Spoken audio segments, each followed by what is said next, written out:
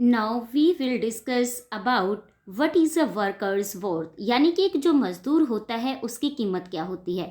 सबसे पहले हम इस बात पर डिस्कस करते हैं कि why did union carbide setup it's plant in India. ऐसा क्या कारण था कि जो यूनियन कार्बाइड है वो भारत में ही अपना कारखाना लगाना चाहता था। इसके पीछे बहुत सारे कारण हैं। One reason why foreign companies come to India is for cheap labour. सबसे पहला जो कारण है कि भारत में जो लेबर है वो सस्ता है। Wages that companies pay to workers, say in the USA, are far higher than what they have to pay to workers in poorer countries like India. अगर वो यूनियन कार्बाइड का कारखाना अमेरिका में लगाते हैं तो वहाँ पे जो वर्कर्स होते हैं उनको ज़्यादा जो वेतन है वो देना पड़ता है, लेकिन इंडिया जैसे गरीब कंट्री में लोग थोड़े थोड़े पैसों के लिए काम करने के लिए तैयार हो जाते हैं। फॉर लोअर पे companies can get longer hours और sorry bhai, hours of work, additional expenses such as for housing facility और workers are also favor। यहाँ पर उन्होंने बताया कि जो इंडिया के वर्कर्स हैं वो कई घंटों तक लगातार काम कर सकते हैं। साथ ही उनकी जो जब सुरक्षा की बात आती है तो वहाँ पर कंपनी को कम पे करना पड़ता है। साथ ही कम लागत पर वो मुनाफा ज़्यादा कमा पाते हैं।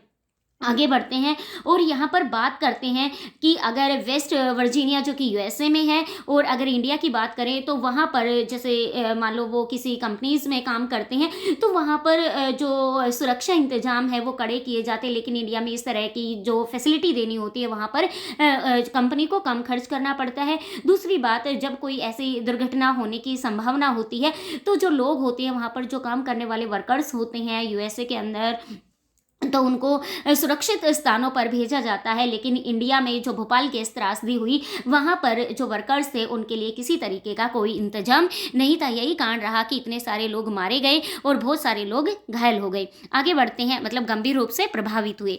आगे बढ़ते हैं और बात करते हैं एनफोर्समेंट ऑफ सेफ्टी लॉज। यहाँ पर बात की गई है कि हमारी जो गवर्नमेंट है, right to life guaranteed under article 21 of the constitution is not violated. यहाँ पर हमारी गवर्नमेंट क्या कहती है, हमारा कॉन्स्टिट्यूशन क्या कहता है कि लोगों को जीने का अधिकार है। लेकिन जब भोपाल गैस ट्रेजेडी हुई उस टाइम पे क्या हुआ था, क्या जो आर्टिकल 21 है वो वॉयलेट नहीं हुआ? लोगों की जो जाने गई वो क्या थी वहाँ पर ये इस तरीके से जो राइट टू लाइफ है आर्टिकल 21 है उसका कहीं ना कहीं जो है आर्टिकल 21 वहाँ पर इसके साथ इसको फॉलो नहीं किया गया है।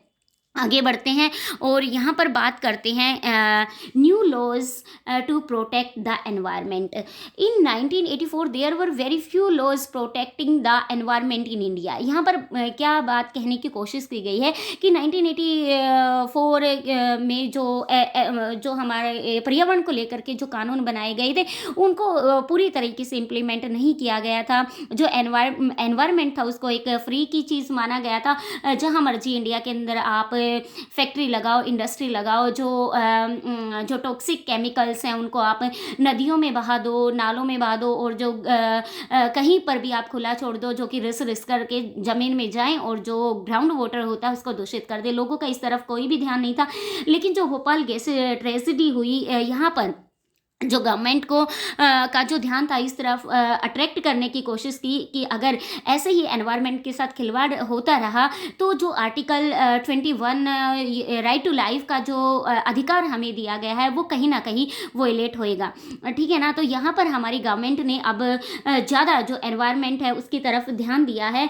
इसमें कहा गया है कि जो अदालतों ने स्वस्थ पर्यावरण के अधिकार को जीवन के मौलिक अधिकार का हिस्सा बताते हुए यहाँ पर कहा है कि article 21 of the constitution and it includes the right of the enjoyment of pollution free water and air for full enjoyment of life. यहाँ पर कहा गया है कि जो अनुच्छेद 21 के तहत एक मौलिक अधिकार है और इसमें प्रदूषण मुक्त हवा और पानी का अधिकार भी शामिल है। ये सरकार की जिम्मेदारी बनती है। The government is responsible for setting up laws and procedure that can check pollution, clean rivers and introduce heavy fines for those who pollute। यहाँ पर कहा गया है कि ये सरकार की जिम्मेदारी है कि वह प्रदूषण पर अंकुश लगाने, नदियों को साफ रखने और जो दोषी हैं उन पर भारी जुर्माना लगाने के लिए कानून और प्रक्रियाएं तय करे।